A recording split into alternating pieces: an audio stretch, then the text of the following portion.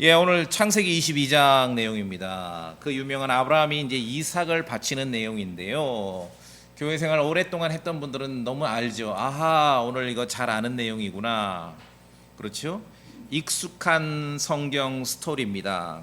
대부분 이제 이 스토리는 충성, 봉사, 헌신을 강조할 때 인용을 하죠. 아브라함은 자기 아들을 바쳤는데 아브라함을 바치라 그래서 바쳤더니 하나님께서 이삭 대신 순양 한 마리를 예비해 놓으셨다. 여호와 이레 하나님이다. 많이 들어보셨죠? 예. 아마도 이 땅에서 이 본문으로 설교되는 99.9%는 이러한 맥락일 것입니다. 그래서 우리도 아브라함의 시험, 이삭을 바치는 내용, 요걸 읽으면서 대부분 충성, 봉사, 헌신에 대한 강조점이 있죠. 대부분 아브라함이 유일한 아들 이삭을 바치기를 마다하지 않았으니 우리도 아브라함의 믿음을 따라야 하지 않느냐, 이런 교훈이 창세기 22장이 우리에게 주는 것일까, 주는 내용이 아닐까라고 생각해 볼 수 있는데, 저의 질문은 정말 그러할까? 그렇죠? 어린 양 대신, 이삭 대신 하나님께서 순양을 예비하셨는데 여호와 이레 하나님을 찬양합니다. 그래서 우리가 여호와 이레, 주께서 예비하시는구나, 많이 들어보셨죠? 찬양하는데 정말 그러할까? 오늘 저는 성도님들과 너무 익숙하고 잘 아는 스토리입니다. 그런데 여러분 손에 있는 킹제임스 성경을 통해서 정말 정확하고 자세히 성경 읽기가 왜 필요한가? 정확하고 자세히 읽음을 통해서 껌이야 이건 다 알아. 그 스토리가, 내가 아는 그 이야기가 그게 전부가 아니라는 것들을 발견하게 될 것입니다. 킹제임스 성경을 단어 하나하나 놓치지 않고 정확하고 자세히 읽게 되면은, 오늘 성도님들, 오늘은 좀 잠 오면 꼬집으세요. 그렇게 성경을 읽으시면은 기독교 역사상 150년 된 전설을 식별해 내실 것입니다. 잘 아는, 오늘 창세기 22장 본문뿐만 아니라 정말 익숙한 내용이 있는 본문일수록 또박또박 읽으셔야 됩니다. 늘 말씀드리죠. 킹제임스 성경에는 그냥 헛말로 단어 하나라도 있는 게 하나도 없다. 그렇죠? 예. 자, 이 스토리의 창세기 22장, 이 스토리의 결말은 너무너무 유명합니다. 함께 읽으셨죠? 14절에 여호와 이레, 여호와 이레. 여호와께서, 주께서 예비하신다. 그런 말 해보셨어요? 여호와 이레, 주님을 찬양한다. 주께서 예비하신다. 아닙니다. 아니에요. 14절 보세요. 아브라함이 그곳의 이름을 여호와 이레라 하였으므로 이 여호와 이레를 풉니다. 이날까지 사람들이 이르기를 주의 산에서 어떻게 합니까? 그것을 보리라. 예비하는 게 아니에요. 보는 거예요. 여호와 이레는 주께서 보신다예요. 예비하신다 아닙니다. 그것은 거짓입니다. 자, 성경이 나오잖아요. 주께서 주의 산에서 그것을 보리라. 이 사건, 여호와 이레 하나님을 찬양한 게 아니라 성경을 똑똑하게 읽으셔야 됩니다. 아브라함이 14절 그곳의 이름을 여호와 이레라고 한 거예요. 그 동네 이름이 여호와 이레, 동네. 이 사건이 펼쳐진 동네, 모리아 땅으로 가서, 여기를 이제 덤벙덤벙 모리아 산이라고 하는데, 천만의 말씀, 모리아 땅으로 가서 어느 산인지는 특정되지 않았습니다. 모리아 땅으로 가서 어느 산에서 이 사건이 펼쳐졌는데, 결말로 아브라함은 이 사건이 펼쳐진 그 동네, 그 땅의 이름을 여호와 이레라고 한 거예요. 여호와 이레, 땅의 이름입니다. 땅의 이름. 그렇죠? 그 의미는 주의 산에서 그것을 보리라. 여호와 이레는요, 여호와께서 예비하신다 아닙니다. 아니에요. 적어도 저와 같이 킹제임스 성경 읽는 분들은 오늘 이거 바꾸셔야 돼요. 주께서 보신다예요. 보신다. 주의 산에서 그것을 보리라. 뭔가 보일 거라는 거예요. 주의 산에서 뭔가가 그것이 뭔지는 모르겠어요. 그것이 보일 거라는 거예요. 보인다. 자, 이 사건이 발생한 장소가 그 동네가 여호와 이레입니다. 그 땅이 동네가 그렇죠. 인후동 그게 아니라 여호와 이레 그 뜻이에요. 이 동네가 강조점은 주께서 보신다입니다. 예비하신다 아니에요. 자, 그럼 와 어떻게 그렇게 자신 있게 말할 수 있어요? 의문 가질 수 있겠죠? 여호와 이레가 주께서 여호와께서 예비하신다. 순양을 예비하신 것처럼 예비하신다라고 기독교계에 알려진 거는 150년밖에 안 됐어요. 1885년 영어 RV 영어 개역성기 나오면서부터 킹제임스 성경과 달라진 거예요. 감히 말씀드립니다. 모세 이후의 모든 성경, 히브리어 성경, 모든 성경 창세기 22장에서 여호와 이레는 주께서 보신답니다. 주의 산에서 보일 거라는 거예요. 본다는 거예요. 본다는 거. 뭐가 보인다는 겁니다. 1885년 영어 RV 개역성경부터 킹제임스 성경이 달라졌어요. 의미가. 예비한다. 여호와 이레 하나님 예비한다. 150년 된 전설입니다. 그전에는 제가 모든 성경 다 확인했어요. 유대인이 히브리어 성경을 영어로 번역한 성경도 다 확인했어요. 모든 성경이 다 이 스토리를 다루면서 여호와 이레는 주께서 보신다예요. 언제부터 바뀌었는가? 1885년부터 바뀌었습니다. 우리 그때 뭐 있었어요? 갑신정변? 성경이 다르면은요 내용이 달라요. 교리가 달라요. 지식이 다릅니다. 영어 개역성경 RV가 나타나기 전까지 오랜 세월 여호와 이레는 여호와께서 보신다는 거예요. 그것이 보일 거라는 거예요. 이 14절에 강조되듯이 주의 산에서 그것을 보리라. 뭔가 본다는 겁니다. 무엇을 본다는 겁니다. 뭔지는 여기서 잘 정확하게 특정하지 않지만 강조점은 뭔가를 본다는 거예요. 다르죠? 뭐 예비됐다는 거와 본다는 게 다르죠? 예. 본문에서는 무엇을 보게 되는지는 명료하지 않지만 본다는 게 중요합니다. 본다는 거. 여호와의 산에서 개역성경처럼 뭐 개역성경 RV 따라간 거니까 1885년 이후에 번역된 모든 성경은 다 준비되리라. 킹제임스 성경하고 다릅니다. 그러면 다르면 왜 다른가? 이 달라도 상관이 없는가? 언제부터 다른가? 왜 달라졌는가? 그걸 우리가 따져야죠. 여호와 산에서 준비되리라. 그러면은 보세요, 성도님들. 이 창세기 22장 스토리를 읽으면서 준비되리라. 주께서 준비하시리라. 그렇게 읽으면은 어린 양과 순양에만 집중하게 됩니다. 그렇죠? 순양에 집중돼요. 여호와 이레 예비하신 주께서 예비하셨다라고 아는 순간 이 본문 스토리는요 순양에만 집중돼요. 순양에만. 왜? 주께서 예비하셨으니까. 자, 그런데 제가 말씀드리죠. 여호와 이레 뜻은 예비하신다가 아니라 주께서 보신다예요. 그 주의 산에서 보일 거라는 거예요. 뭔가를 본다는 거예요. 예비하신 순양이 지금 중요한 게 아니라 성경이 다르면은 여호와 이레의 뜻도 바뀝니다. 명확합니다. 1885년 영어 개역성경 RV 이후로 여호와 이레 뜻이 바뀌었어요. 그 전에 수백 년 수천 년 동안 다 여호와 이레는 주께서 보신다였습니다. 그래서 이제 우리 교회 와셔서 익숙하지 않은 분들 저 목사님 그냥 설교나 뭐 설교 좀 하는 것 같은데 설교나 열심히 하시지 왜 말할 때마다 킹제임스 성경 얘기를 할까? 그런 생각을 하는 분들도 있죠. 제가 정리합니다. 성경 번역사, 교회의 역사, 성경의 역사가 없이는요 정확한 교리가 없습니다. 단어 하나 바뀌었고 이게 바뀌었는데 다른 구절도 이게 다른데 달라도 문제가 없는가? 크게 다른가? 언제부터 다른가? 원래 이런 지식이 올바른가? 다 확인하는 거예요. 자, 여호와 이레 뜻이 뭐라고요? 예비하신다? 뭐라고요? 주께서 보신다. 주의 산에서 해석하잖아요. 14절에 주의 산에서 그것을 보리라. 영어 동사가 뭐야? seeing, see. 뭔가를 본다는 거예요. 와, 뭐를 보는 거예요 도대체? 그렇죠? 주께서 보신다.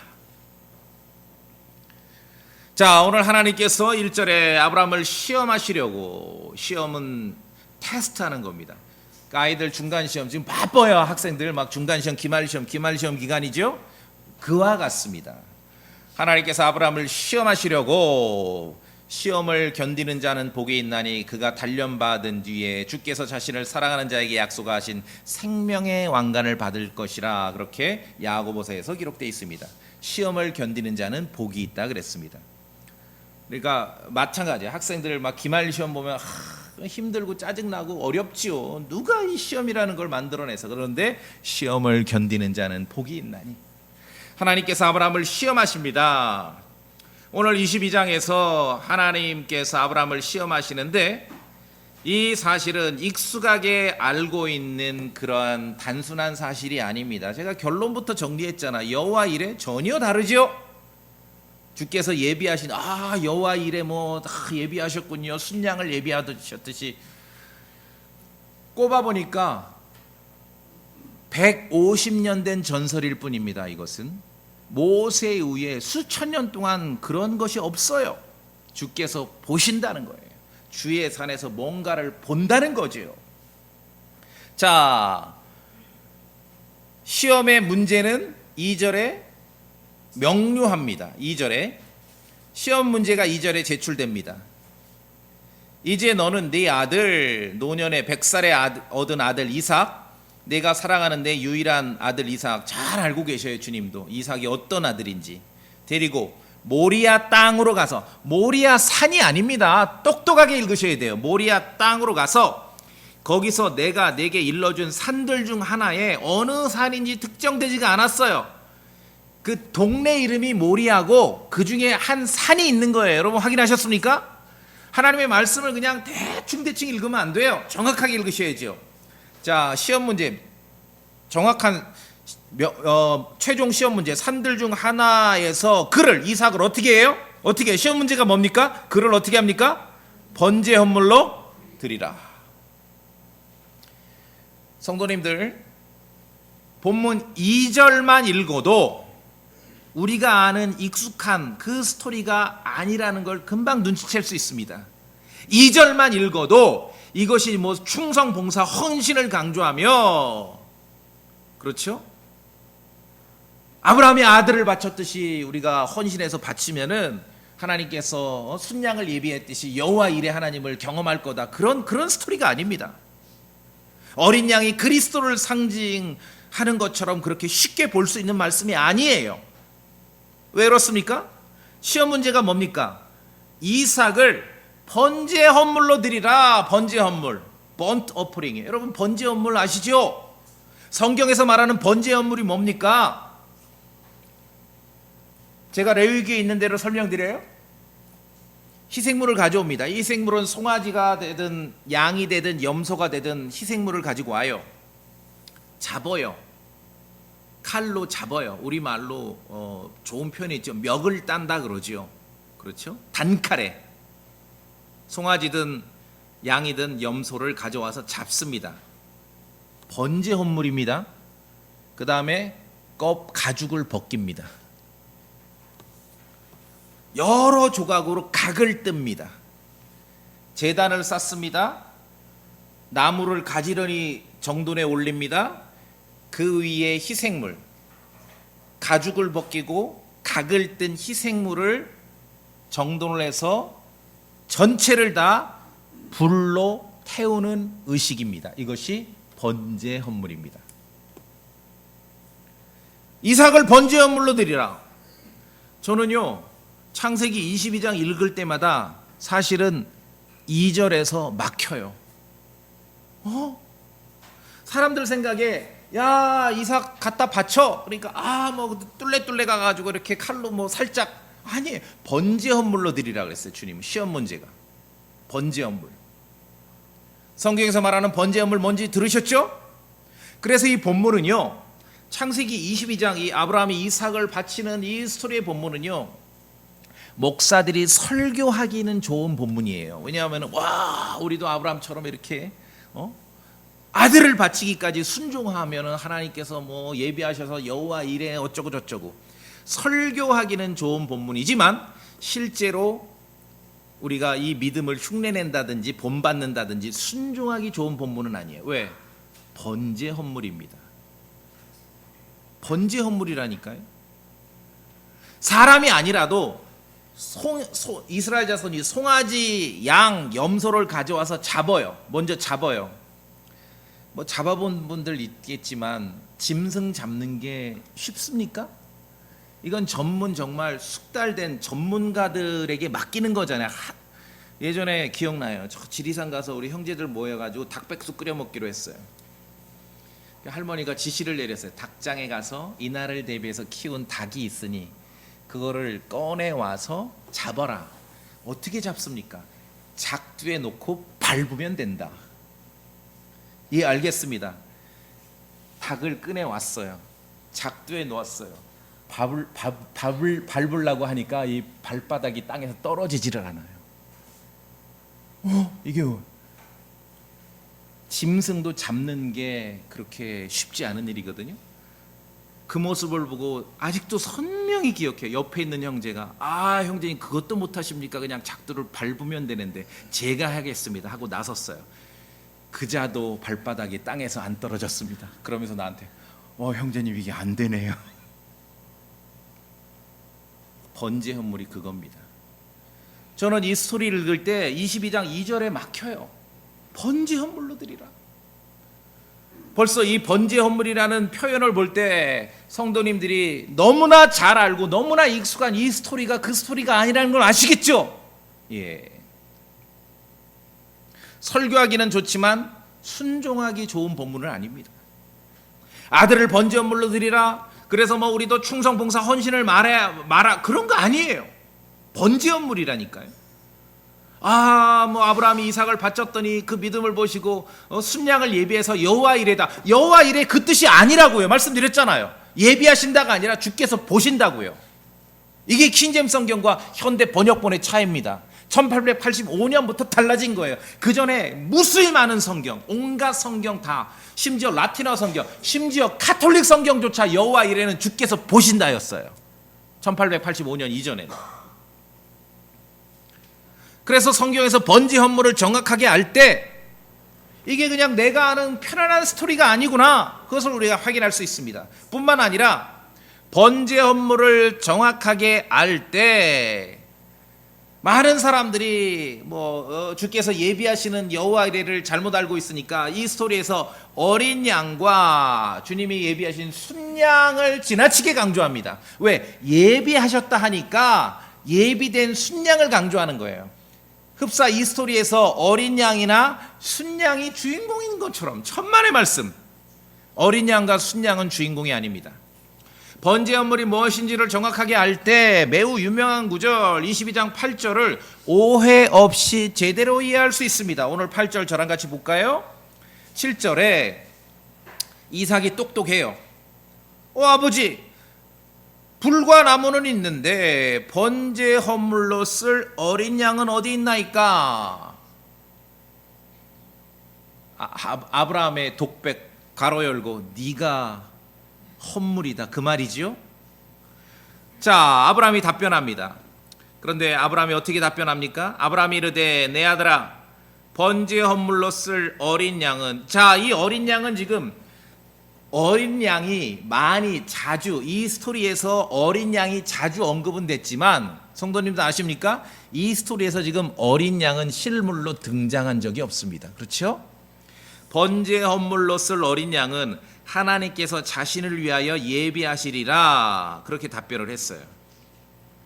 그랬더니 요한복음에서 예수 그리스도를 향해 세상 죄를 제거하시는 하나님의 어린 양이라, 어린 양을 보라 라고 기록된 구절을 근거를 들며 아브라함의 발언이 하나님께서, 자, 우리가 이제 방금 읽은 것은 하나님께서 자신을 위해서, 그러니까 하나님께서 예비하실 거라 이렇게 강조됐는데, 그렇지 않고 하나님께서 자신을 번제 업무를 위한 어린 양으로 마련하실 것이다. 그런 주장들이 있어요. 성경을 또 그렇게들 번역을 합니다. 하나님께서 자신을, 왜? 하나님의 어린 양 예수 그리스도가 하나님의 어린 양이기 때문에. 그럼 더 설득력이 있고 더 은혜롭게 들려요. 그렇죠? 들어보세요. 이삭이 묻습니다. 보소서 아버지, 불과 나무는 있는데 번제 업물로 쓸 어린 양은 어디 있나이까? 이렇게 했더니, 자, 우리 성경은 내 아들아, 번제 헌물로 쓸 어린 양은 하나님께서 자신을 위해서 예비하시리라. 그러니까 쉬운 말로 하나님이 준비하실 거야, 염려하지 마, 그 뜻이죠. 그런데 이제 말씀드렸듯이 이것을 요한복음에 세상 죄를 제거하시는 하나님의 어린 양을 보라, 이 구절 근거로 어떻게 말하는 사람이 있냐면은 8절을 고쳐 읽으면은 내 아들아, 번제 헌물로 쓸 어린 양은 하나님께서 자신을 번제 헌물을 위한 어린 양으로 자신을 준비하실 거라, 이렇게 이제 말해요. 그러면 굉장히 설득력이 있고 은혜롭게 들리죠. 와, 하나님의 어린 양에 대한 아브라함이 지금 어떤 예언을 하고 예견한 거 아닌가, 그렇게 들리시죠? 예, 전혀 아닙니다. 지우세요. 왜? 예수 그리스도께서는 번제 헌물이 되신 적이 없습니다. 동의되십니까? 우리를 위해서 십자가에서 피 흘려 죽으셨지 태워 죽으셨어요? 불타셨냐고요. 그리스도께서. 번제 아니에요. 전혀 상관없는 스토리예요. 그냥 덤벙덤벙 갖다 붙이는 거예요. 하나님의 말씀, 킹제임스 성경을 믿을 때 거기에 써있는 말 한마디 한마디, 단어 하나하나를 존중해야 돼요. 에베소서 5장 봅시다. 에베소서 5장 2절 성도님 읽어주시겠습니까? 에베소서 5장 2절입니다. 에베소 5장 2절. 에베소서 5장 2절 그리스도께서부터 시작. 그리스도께서 또한 우리를 사랑하사 우리를 위해 자신을 향기로 있는 새 헌물과 생물로 하나님께 드리신 것 같이 사랑하셔서. 자, 예수 그리스도를 구약의 유대인들에게 주셨던 레위기의 어떤 성전에서의 희생 의식의 희생물로 묘사를 합니다. 신약에서. 그런데 에베소 5장 2절 보세요. 그리스도를 어떻게 묘사합니까? 우리를 위한 헌물과 희생물이야. offering, 드려지는 헌물이고 sacrifice, 희생물이에요. burnt offering, 번제 헌물이 아니에요. 불태워 죽으신 게 아니에요. 그리스도는. 성경이 그것도 모르고 그냥 갖다 덤벙덤벙 기록했겠어요? 아닙니다. 자, 히브리서 10장 보세요. 히브리서 10장. 히브리서 10장.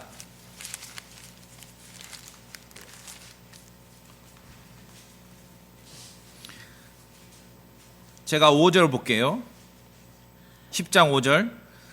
그러므로 그분께서 세상에 들어오실 때에 이르시되, 그리스도지요, 희생물과 헌물은 주께서 원치 아니하시고 오히려 나를 위해 한 몸을 예비하셨나이다. 몸을, 그리스도의 몸, 레위기에 있는 대로 실제적으로 문자 그대로 어떤 제사 의식을 드리는 걸 주께서 원하시지 않는다는 얘기죠. 자, 그 다음에 6절 보세요. 6절은 성도님들이 읽어주셔야 명료하겠네요. 히브리서 10장 6절 시작.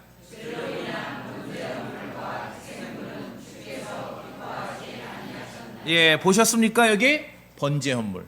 그리스도는 레위기에 있는 희생 의식으로서 이렇게 상징적인 어휘로 묘사되기는 하지만 그분이 실제적으로 물리적으로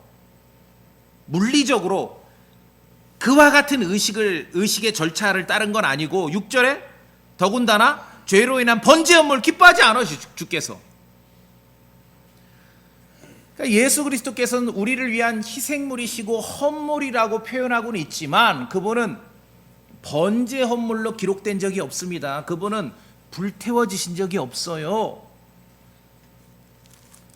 창세기 22장으로 이 스토리로 다시 와보세요. 그래서 어린 양을 말할 때마다 7절에도 번제 헌물로 쓸 어린 양, 8절에도 번제 헌물로 쓸 어린 양. 그러면 이것이 예수 그리스도예요? 아니에요? 아니죠. 아니에요. 불태워지지 않거든요, 그분은. 그러니 뭐 불태워지는 헌물로 하나님께서 자신을 준비하실 거, 말도 안 되는 얘기죠. 말도 안 되는 얘기예요. 번제 헌물이 뭔지도 모르니까 그런 얘기를 하는 거예요. 이것은 그냥 편안하게 자연스럽게 읽으셔야 돼요. 답답하죠. 아브라함은 다 알고 있지 않습니까? 지금 하나님께서 이삭을 바치라 했잖아요. 번제 헌물로. 이삭이 물어요. 불과 나무는 있는데 번제 헌물로 쓸 어린 양은 어디 있나이까? 그러니까 아브라함이 말하는 거야, 아들에게. 야, 너다 이놈아. 그러겠어요, 아버지가? 하나님이 예비하실 거야. 염려하지 마라. 그렇게 얘기한 거죠. 어느 아버지가 아무리 곧 의식을 치르겠지만 그렇게 물었는데, 일로 와라 이놈아. 너다, 바로 오늘 너 잡는 날이다 이놈아. 이렇게 답변하겠어요? 그냥 하나님께서 예비하실 거야. 그렇게 말한 거죠. 8절이. 그렇죠? 그 말이에요. 그 말이에요. 하나님께서 예비하실 거야. 그러니까 성경을 익숙한 스토리라 할지라도 대충대충 읽으면은 불필요한 단어에 강조점을 두게 됩니다. 오늘 이 스토리에서 실물로 등장하지도 않은 어린 양이 주인공이 돼버려요. 또 하나님께서 예비하셨다고는 순양이 주인공이 돼버려요. 더군다나 어린 양은 실물로 등장하지도 않아요. 등장하지도 않아요, 어린 양은. 하나님의 말씀을 정말 정성을 다해 읽어야 돼요. 내가 알고 있는, 이제까지 알고, 익숙한 본문, 알고 있는 그런 내용이 편견이 돼서는 안 됩니다. 성도님들 동의되십니까? 이게 매우 중요합니다. 오늘 이 스토리를 풀어가는데 번제 헌물이에요. 그 단어만 집중해도 내가 아는 스토리가 전부가 아니구나, 금방 발견할 수 있는 것이에요. 자, 이 모든 사건은 모리아 땅에 있는 어떤 산에서 발생했습니다. 모리아 산이 아닙니다. 모리아 땅에 있는 어떤 산에서 발생했어요. 그런데 4절에 보니까 그 날을 특정합니다. 4절 보세요. 그 날은 어떤 날입니까? 셋째 날입니다. 어디서 많이 읽어본 표현이죠. 이 모든 사건은 셋째 날에 벌어졌습니다. 셋째 날은 굉장히 의미 있는 사건이 있을 때마다 성경에서 자주 등장하는 표현입니다. 자, 창세기 22장. 그래서 번제 헌물 때문에 막히셨죠. 그리고 여호와 이레에 대한 정확한 설명을 듣고 나니 우리가 알고 있는, 내가 알고 있는 이 스토리가 그게 아니구나. 그럼 뭔가 막히는 거예요. 이제는 뭔가 해결이 돼야 돼요. 고민하실 거 없습니다. 창세기 22장에서 무슨 일이 있었는지를 성령님께서 신약성경 히브리서 11장을 통해서 정확하게 알려주셔요. 우리가 정확하게 알아야 될 필요가 있는 내용이라면 성경은 반드시 해석을 해줍니다. 자, 히브리서 11장으로 갑니다. 히브리서 11장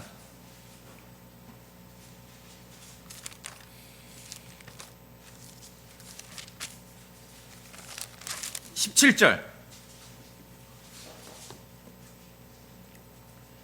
히브리서 11장 17절 제가 봅니다. 믿음으로, 여기서 중요한 거는 믿음이에요. 아브라함은 단련을 받을 때, 자, 창세기 22장 상황이죠. 1절. 여기서 그럼 강조점은 뭡니까? 믿음이에요. 믿음으로 아브라함은 단련을 받을 때 이삭을 바쳤죠. 믿음으로 단련을 받을 때, 시험 받을 때 약속들을 받은 그가 자기 독생자를 바쳤느니라. 무슨 약속? 18절에 그 약속이 있습니다. 성도님들 히브리서 11장 18절 읽어주세요. 이 아들, 시작. 이 아들의 하나님은 주께서 이르시기를 이삭 안에서 내 씨가 부름을 받으리라 하셨느니라. 이 약속을 주셨어요. 이 테스트 있기 전에 약속을 먼저 주셨어요. 이삭 안에서 네 씨가 부름을 받으리라. 그러니까 무슨 말이에요? 이삭으로 인해서 네 씨가, 네 후손이 이렇게 번성하게 될 거라, 그 말씀이죠. 이 약속을 먼저 주셨어요. 언제? 창세기 21장 12절에 이스마엘 이렇게 쫓아내는 스토리에 비교해서 봅시다. 자, 다시 창세기 21장. 자, 히브리서 11장 또 봐야 되니까 표시하시고 21장으로 와 보세요. 21장.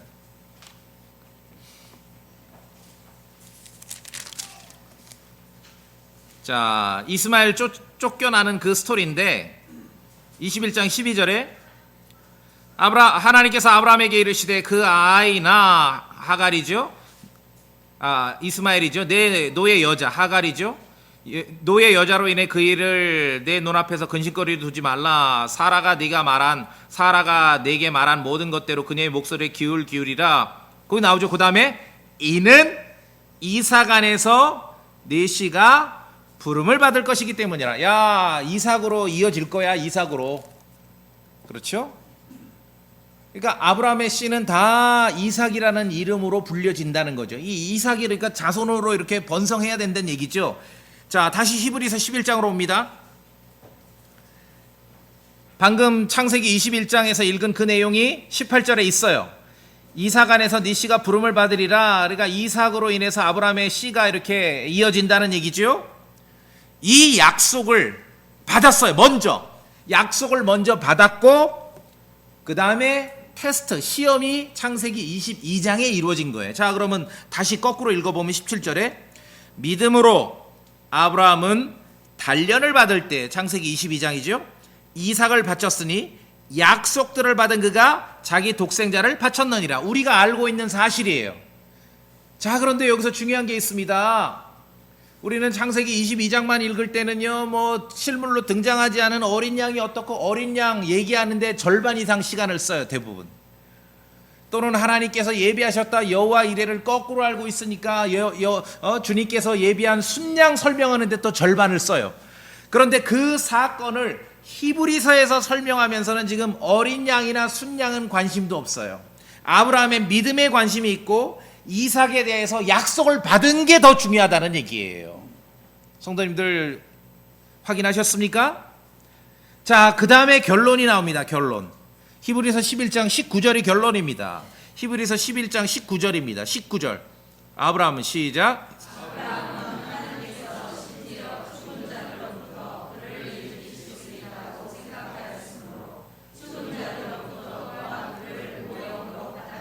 야, 아브라함의 믿음이 뭡니까? 번제물로 바쳐 이삭. 그런데 아브라함은 그 시험 문제를 받기 전에 이미 약속을 받았어요. 이삭을 통해서 그 아브라함의 씨가 이어질 거라는 약속을 받았죠. 그러니 19절에서 말하는 게 뭡니까? 내가 번제물로 바쳐서 순종하게 되더라도, 이삭이 여기서 죽는다 하더라도 19절이 말하는 건 뭡니까? 하나님께서 심지어 죽은 자들로부터 이삭을 일으키실 수 있다라는 그러한 믿음이 있었다는 것이에요. 그 확신이 있었다는 거예요. 창세기 22장 스토리에서 중요한 것은 아브라함의 믿음이에요. 아브라함의 믿음. 하나님께서 주신 그 약속을 믿는 믿음입니다. 약속을 믿는 믿음. 히브리서에 그렇게 설명하지 않습니까? 아브라함은 하나님께서 심지어 죽은 자로부터 그를 일으키실 수 있다고 생각하였으므로. 여기서 생각했다는 말은, 우리말은 어떤 면에서는 풍성하지 않은 어떤 묘사하고 형용사 이런 쪽은 풍성한데, 이런 동사를 설명할 때는 좀 섬세하지 않을 때도 많아요. 생각했다는 건 뭐냐면요, 쉽게 얘기해서 여러분이 예를 들어 돈 장부를 계산해 보는 거예요. 이만큼 내가 수입이 들어오고 이만큼을 써야 되는데 아주 이걸 계산기를 가져 철저하게 앞뒤를 맞춰 봤어요. 딱 답이 나온 거죠.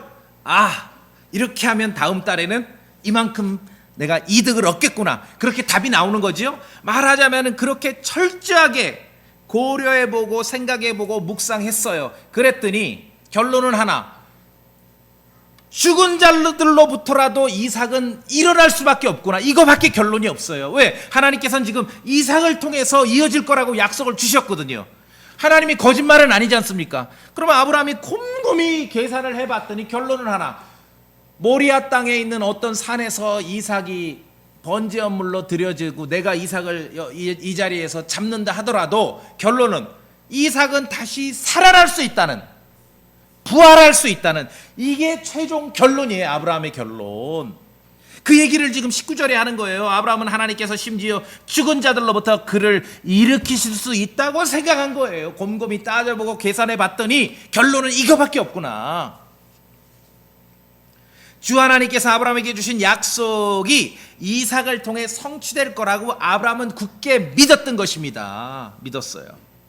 그러니 이삭에 대해서 약속을 받았기 때문에, 그 약속을 믿는 믿음이 있었기 때문에 22절에서 순종할 수 있었다는 것이죠.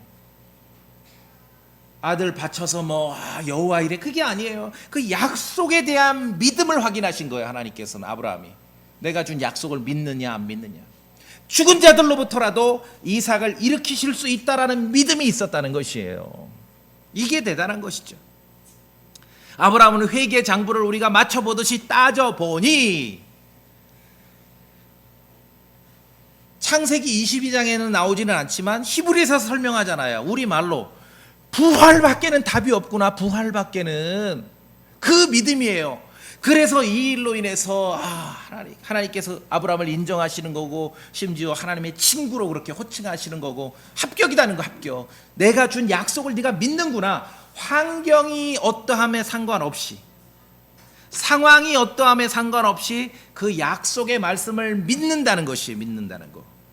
부활밖에 답이 없다라고 결론 내린 거예요. 그것을 히브리서에서 지금 아브라함은 하나님께서 심지어 죽은 자들로부터 그를 일으키실 수 있다고 생각하였으므로, 아무 생각 없이 칼을 든 게 아니라 약속이 있기 때문에 그 약속을 붙잡는 믿음으로 그 순종을 시행할 수 있었던 것이죠.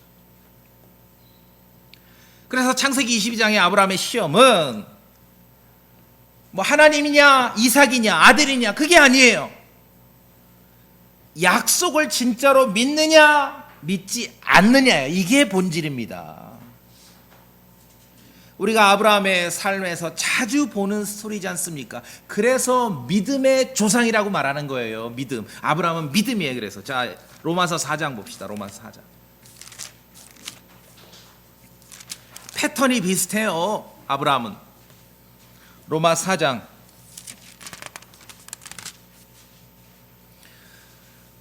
18절. 자, 이때는 이미 이건 이제 이삭이 나오기 전에 아들도 없을 때예요.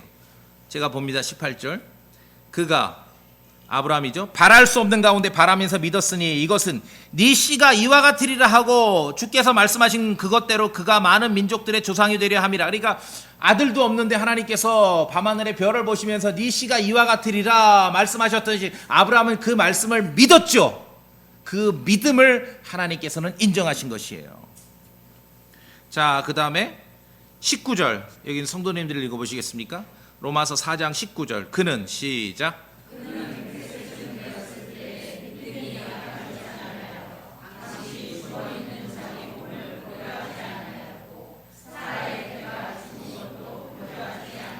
예, 그 약속을 받았는데 네 씨가 밤하늘의 별처럼 될 거야. 그런데 그때 상황은 어떻습니까? 아브라함이요, 할아버지 와이프 사라는요 여인의 관례도 이미 끝났어요. 생산 능력이 없어요. 그런데 하나님께서는 이와 같으리라 말씀하셨어요. 그러니까 아브라함은 자신의 신체 상황이나 사라의 신체 상황을 묵상한 게 아니라 하나님의 약속을 붙잡았다는 것이에요.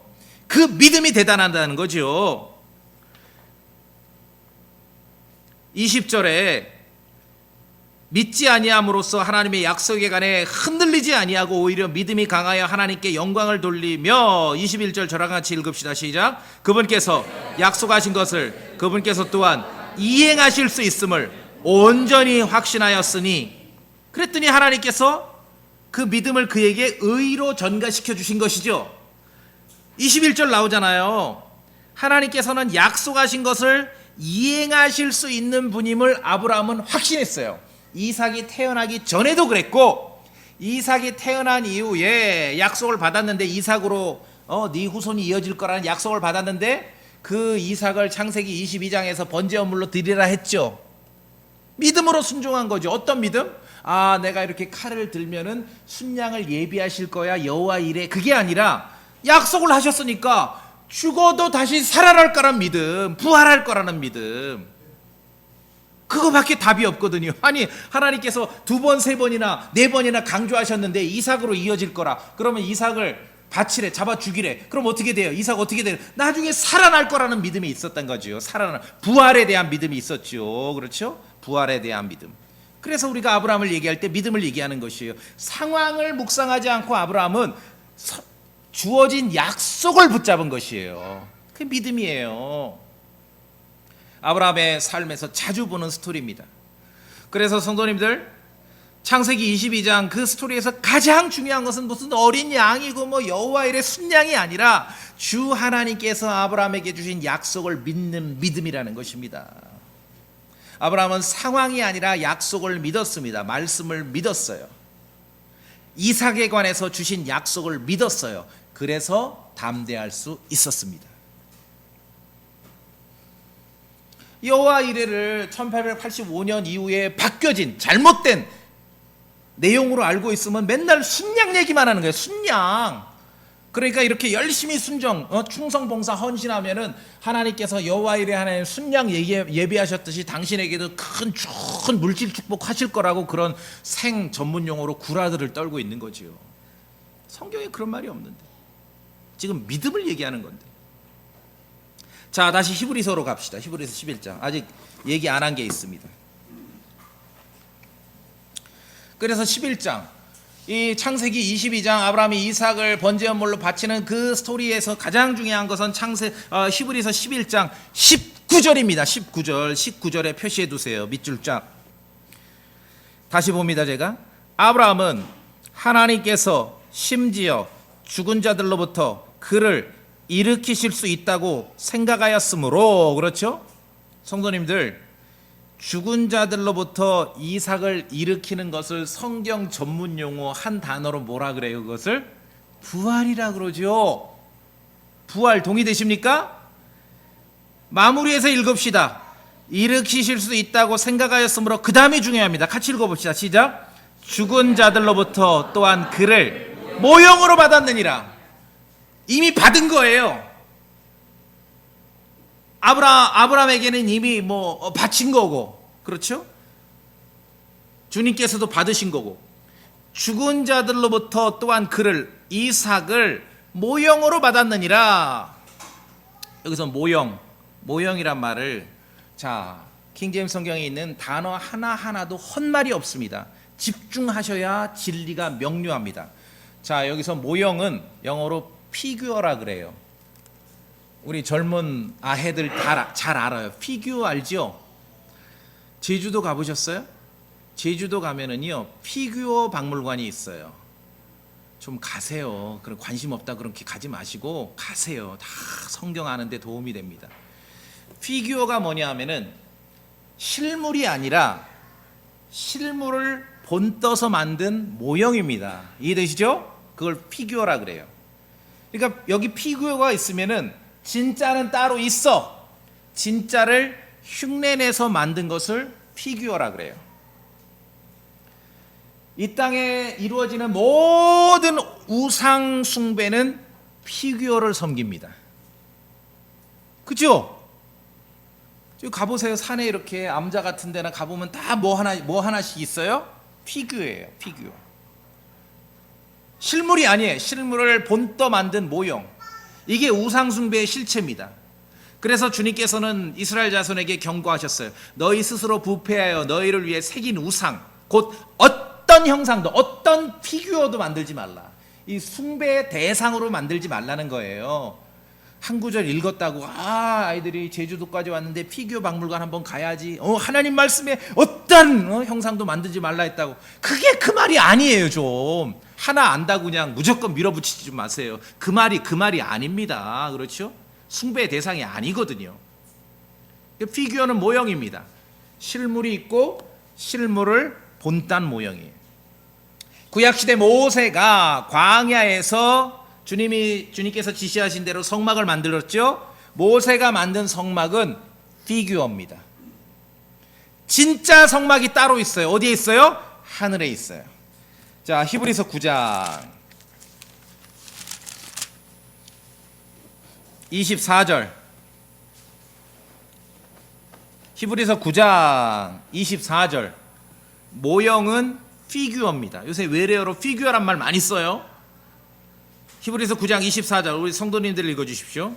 히브리서 9장 24절 이는부터 시작. 이는 그리스도께서 참된 것을 모형들인 손으로 만든 거룩한 조소로 가져가지 아니하시고 이제 우리를 위해 하나님 앞에 나타나시려고 하늘의 그 자체로 들어가시기 때문이다. 참된 것들의 모형, 참된 것들의 피규어. 이 땅에 있는 성막이나 성전은 하늘에 있는 진짜 배기의 모형 피규어예요. 예수님께서는 그 피규어로 들어간 게 아니라 진짜로 들어가셨어요. 말하자면 피규어 박물관에 가서 그 피규어 보는 게 아니라 비행기 티켓 끊어서 미국 가서 실물을 보고 온다는 거죠. 그렇게 이해하시면 됩니다. 자, 다시요. 히브리서 11장으로 오세요.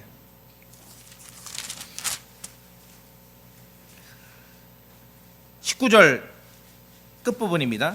죽은 자들로부터 또한 그를 이삭을 받았는데 아브라함이 이 부활이죠. 부활. 모형으로 받았어요. 모형으로 피규어로 받은 거예요. 죽은 자들로부터 이삭을 받았는데 이건 피규어예요. 그럼 진짜 부활은 따로 있단 얘기예요, 없단 얘기예요? 있단 얘기죠. 있단 얘기예요. 이삭이 보여주는 것은 피규어 부활이에요. 그러면 이 피규어가 드러내는 것은 진짜 부활이 있다는 얘기죠. 진짜 부활이. 죽은 자들로부터 또한 그를 모형으로 받았다는 말이에요. 그 말이. 아브라함은 자신의 독생자 이삭을 죽은 자들로부터 받은 거예요. 왜냐하면 아브라함은 가짜로 칼을 든 게 아니기 때문에. 근데 이 사건은 지금 히브리서 11장에서 피규어라고 말해요. 진짜 사건은 따로 있다는 거죠. 여러분 성도님들 동의되십니까?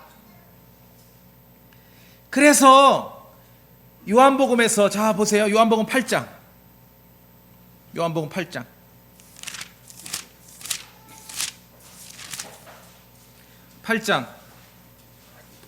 요한복음 8장 56절.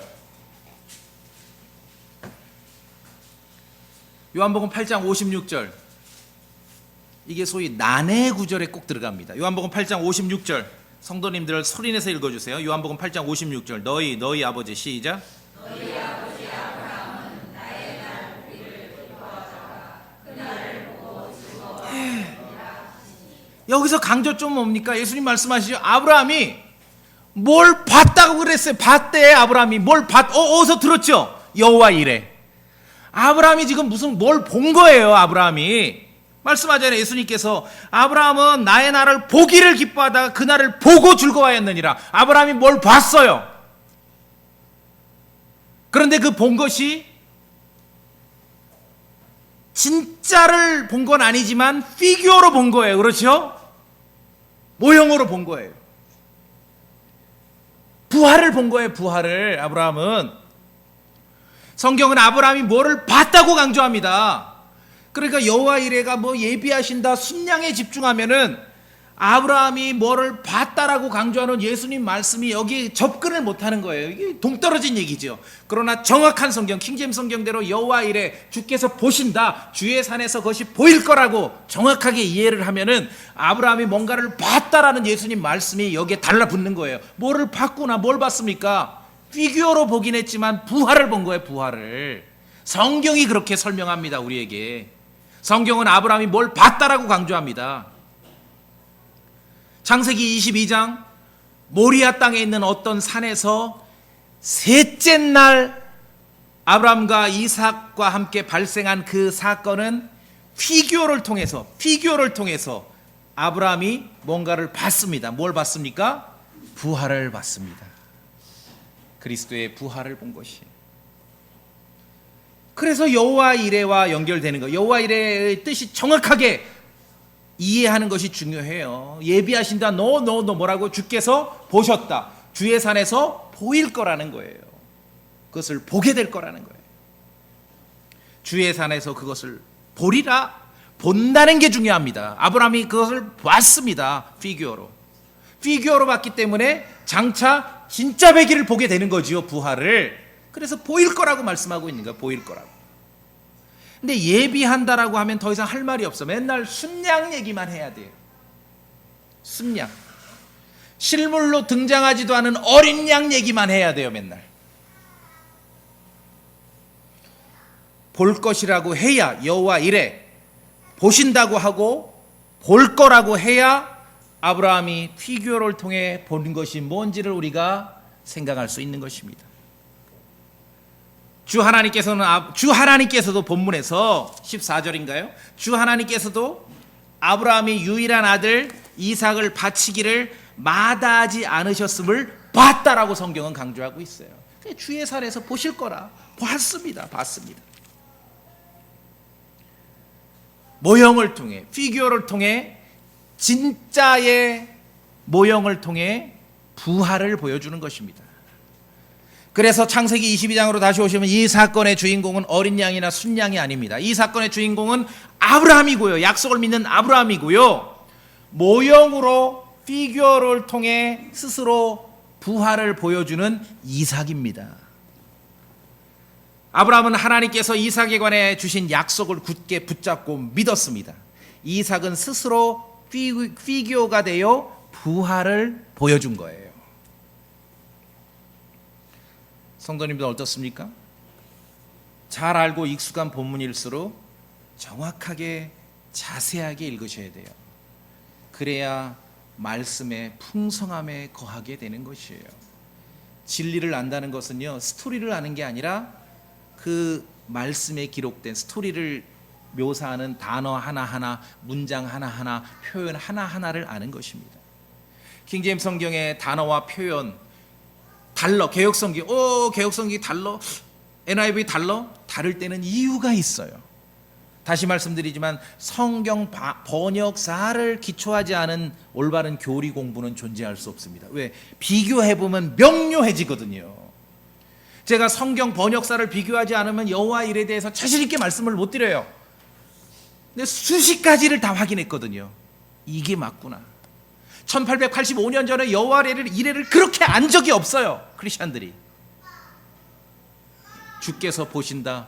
주의 산에서 보일 거라는 거죠. 본다는 게 강조돼요. 그러니까 아브라함이 주의 날을 본 것이에요. 이삭을 통해서, 피규어를 통해서, 모형을 통해서 그리스도의 부활을 본 것입니다.